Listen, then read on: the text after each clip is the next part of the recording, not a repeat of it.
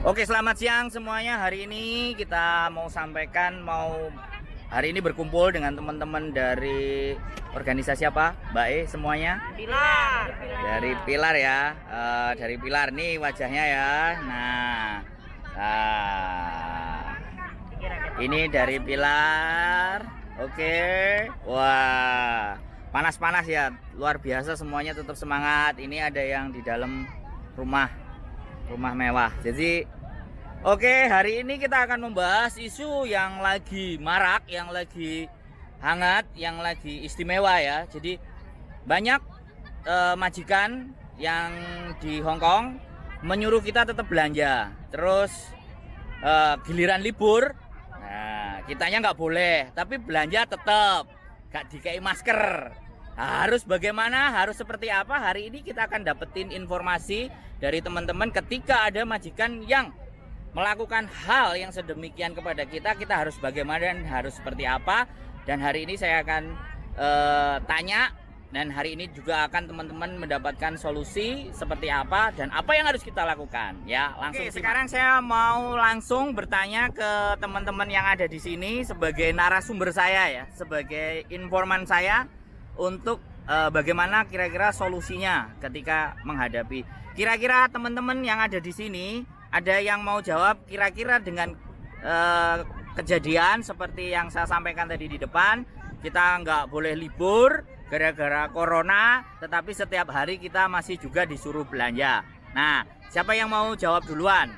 Nah, silakan, boleh. Kira-kira bagaimana kalau menghadapi majikan yang seperti itu? Ya. Nah, menurut saya memang ini perlu untuk diperjuangkan ya, karena memang pada dasarnya majikan itu semuanya mengharapkan kita itu dalam kondisi virus corona ini untuk tetap membantu mereka bekerja, untuk membersihkan rumah. Meskipun biasanya hari Minggu mereka bisa simple ya, cuma makan di luar, di restoran, tapi sekarang mereka tidak bisa keluar makan di restoran, jadi berharap kita nggak boleh libur. Dan sudah semestinya kita mendapatkan hak libur.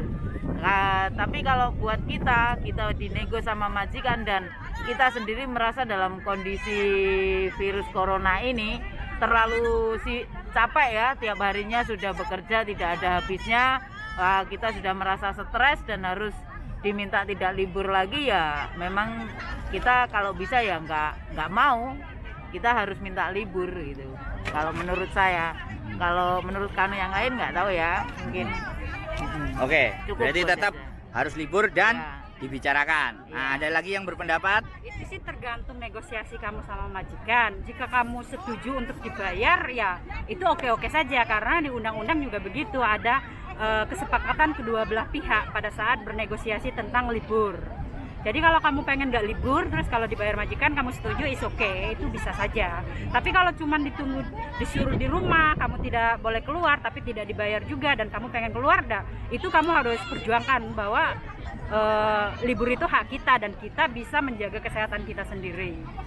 Dengan fasilitas masker, pakai alkohol, kan yang tahu tentang kebersihan itu kan kita sendiri. Kayak gitu saja sih. Oke, ada lagi yang berpendapat? Nah, memang benar ya, setiap majikan itu ada yang bilang bahwa aku mengharapkan untuk PRT itu tinggal di rumah untuk demi kebersihan, selain kebersihan diri kita, untuk kebersihan majikan juga, memang benar. Tapi ada kalanya majikan itu memberitahukan ke PRT itu 2 hari sebelum hari Minggu, karena peraturannya adalah 40 jam sebelum hak libur kita dikasih. Jadi kalau memang majikan memberitahukan bahwa misalnya hari Sabtu atau bahkan sebelum hari Sabtu memberitahukan kamu jangan libur besok, meskipun kemarin aku bilang libur, majikan bisa didenda 50 juta Hong Kong dolar.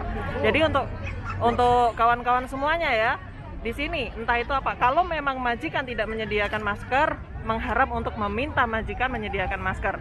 Entah itu di saat kamu untuk dilarang nggak libur atau bagaimana, kamu harus tetap berupaya berbicara dengan majikan bahwa kamu membutuhkan hal ini untuk kesehatan diri kamu sendiri. Dan belum tentu juga kan di rumah majikan, di rumah 24 jam belum tentu itu menjaga kebersihan, karena nggak ada udara yang bergantian di rumah kalian.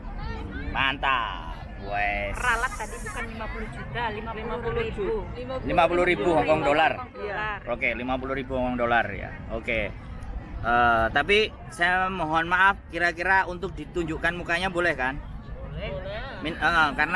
Karena ini bagian dari interview, kita harus tahu sumbernya. Kalau kita sih nggak masalah. Nah, jadi nggak apa-apa. Kita paham.